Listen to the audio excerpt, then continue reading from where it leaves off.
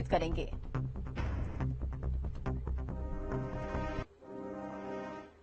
मैनपुरी उपचुनाव को लेकर चुनाव प्रचार तेज हो गया है। बीजेपी प्रदेश अध्यक्ष भूपेंद्र चौधरी का इटावा दौरा आज होने वाला है। बूथ अध्यक्ष के सम्मेलन को संबोधित करेंगे। तो बड़ी खबर आपको बताते चले, मैनपुरी उपचुनाव को लेकर प्रचार प्रसार का दौर जारी है और बीजेपी प्रदेश अध्यक्ष भूपेंद्र चौधरी का इटावा दौरा आज होना है। बूथ अध्यक्ष के सम्मेलन को संबोधित करेंगे। जसवंत नगर विधानसभा में बूथ सम्मेलन का आयोजन होना है और उपचुनाव में जीत को लेकर कार्यकर्ताओं को चुनावी मंत्र देते हुए नजर आएंगे।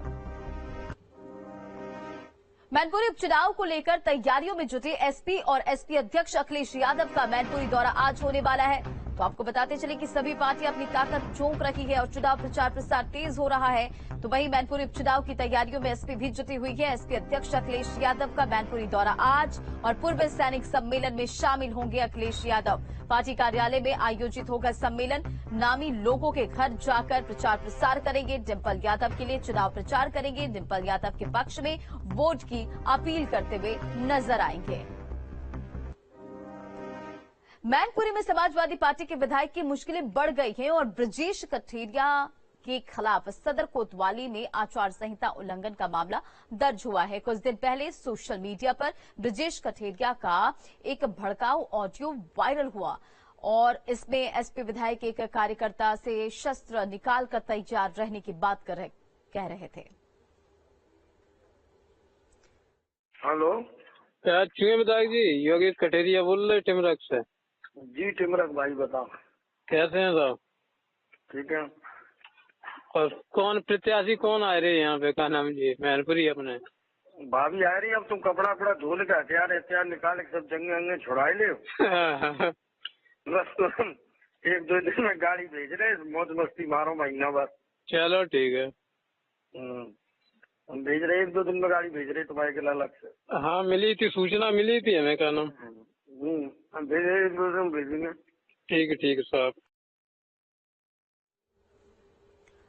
आजम खान की मुसीबत रामपुर में कम नहीं हो रही है। विधानसभा उपचुनाव में कुछ दिन बचे हैं और उनके करीबी उनका साथ छोड़ते रहे नजर आ रहे हैं। सबसे हैरानी की बात यह है कि वो असंतुष्ट होकर आजम खान का सिर्फ साथ ही नहीं छोड़ रहे हैं बल्कि बीजेपी की ताकत रामपुर में बढ़ा रहे हैं। ये रिपोर्ट देखिए।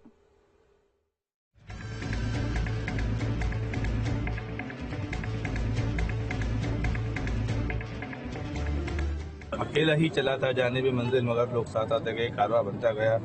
आज मैं हूँ, ये हैं शाह साहब, नवीन शर्मा जी हैं और बहुत से लोग हैं और बहुत से लोग बढ़ेंगे, बढ़ते जाएंगे। और बड़े सधे और नपे तुले शब्दों के साथ बीजेपी का दामन थाम लेने वाले आजम के करीबी फसाहत शानू रामपुर में एसपी का खेल बिगाड़ सकते हैं, लेकिन आजम का खौफ उनके चेहरे पर अब भी नजर आया। छोड़िए इन बातों को, हल्की बात हो। क्या आपकी ज्वाइनिंग का चुनाव पे असर पड़ेगा?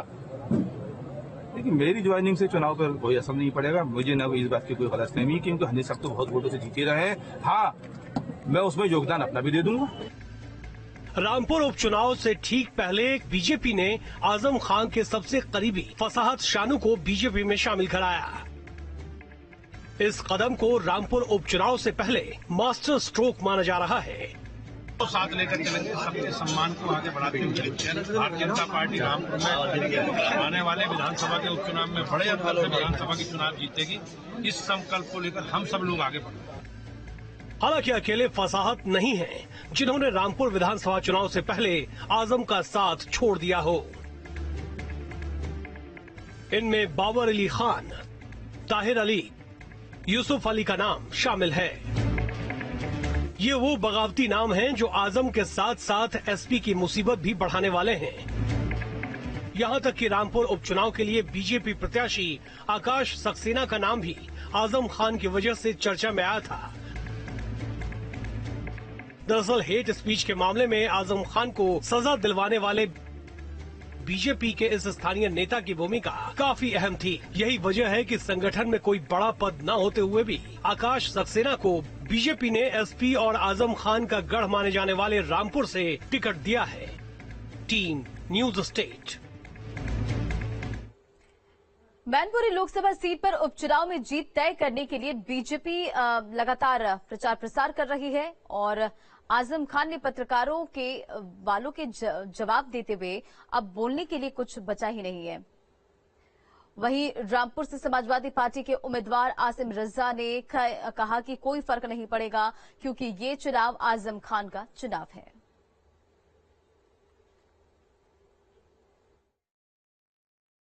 साथी छोड़ के जा रहे हैं, आपको क्या कुछ कहना चाहिए?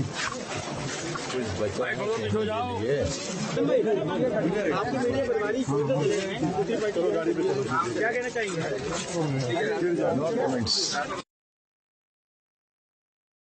भाई कोई असर नहीं पड़ता है। ये आजम खान साहब का शहर है, आजम खान साहब का चुनाव है, आजम खान साहब की सीट है। लोगों के दिलों में आजम खान साहब की मोहब्बत है। हमेशा लोगों ने आजम खान साहब की मोहब्बत का गवाह मोहब्बत से दिया है। रामपुर में जो कराया है, जो तब्दीली आई है, लोग देख रहे हैं। आजम खान 10 बार यहाँ से चले जा चुके, 11वीं बार में नहीं चले जाएंगे। और खबर मुरादाबाद से, आजम के खिलाफ अवमानना मामले में आज सुनवाई होगी। मुरादाबाद हाईवे जाम करने के मामले में दर्ज हुई थी एफआईआर। पुलिस ने एसपी नेताओं के खिलाफ दर्ज की थी प्राथमिकता।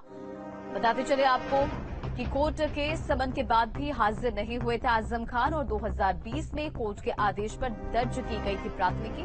एमपी एमएलए कोर्ट में इस पूरे मामले को लेकर आज सुनवाई होनी और सुनवाई चल रही है। एसपी नेता आजम खान के खिलाफ दर्ज अवमानना के मामले में आज सुनवाई होगी और इससे पहले वादी पक्ष की ओर से एफआईआर लेखक ने कोर्ट में पहुंचकर बयान दर्ज कराए।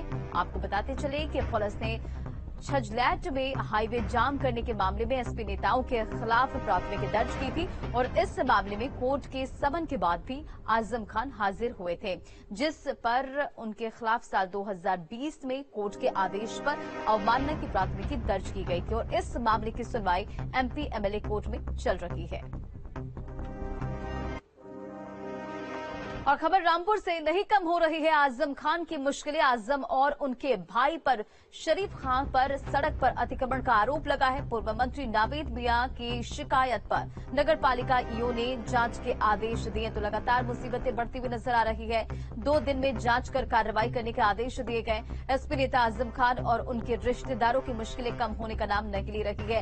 रामपुर में आजम खान और उनके भाई शरीफ खान पर सड़क पर अतिक्रमण करने का आरोप लगा है और पूर्व मंत्री नावेद मियां ने इसकी शिकायत की है। शिकायत मिलने पर नगर पालिका ईओ ने जांच कर 2 दिन में कार्रवाई करने का आदेश दिया है। मैनपुरी लोकसभा सीट पर उपचुनाव में जीत तय करने के लिए बीजेपी लगातार जमीनी स्तर पर काम करने में जुट गई है और इसी बीच बीजेपी प्रत्याशी रघुराज सिंह शाह के घर घर जाकर वोट मांगते नजर आ रहे हैं। तस्वीरें भी देखिए निकलकर सामने आई है। आपको बताते चले कि उपचुनाव में रघुराज शाह के एसपी अध्यक्ष अखिलेश यादव की पत्नी डिंपल यादव से मुकाबला है। कार्यकर्ता देखिए, कार्यकर्ता हमारे साथ, सभी जनता हमारे साथ। मन को ठेस है। वो जानते हैं कि रघुराज साक ने कभी बदले की भावना से काम नहीं किया। रघुराज साक ने जिसके दरवाजे जो पहुंचा उसके हमें उसकी मदद करने का काम किया। जो हमारे दरवाजे में निमंत्रण कार्ड डाल गया है उसके दरवाजे पहुंचने का काम किया। एक दिन रघुराज साक ने 33 निमंत्रण किए, चाहे किसी की डेथ हुई हो, खत्म हुए, उनके दरवाजे पहुंचा, किसी सुख दुख में जाने का काम किया। तो तभी तो निर्णय मिला। पहली बार 84,000 से दोबारा 2 लाख से जीते। इटावा का इतिहास भी रघुराज साक ने बदलने का काम किया है। अब मैनपुरी का भी इतिहास रघुराज साक बदलने जा रहा है। और फिलहाल इस बुलेटिन में इतना ही। बने रहे आप न्यूज़ स्टेट के साथ।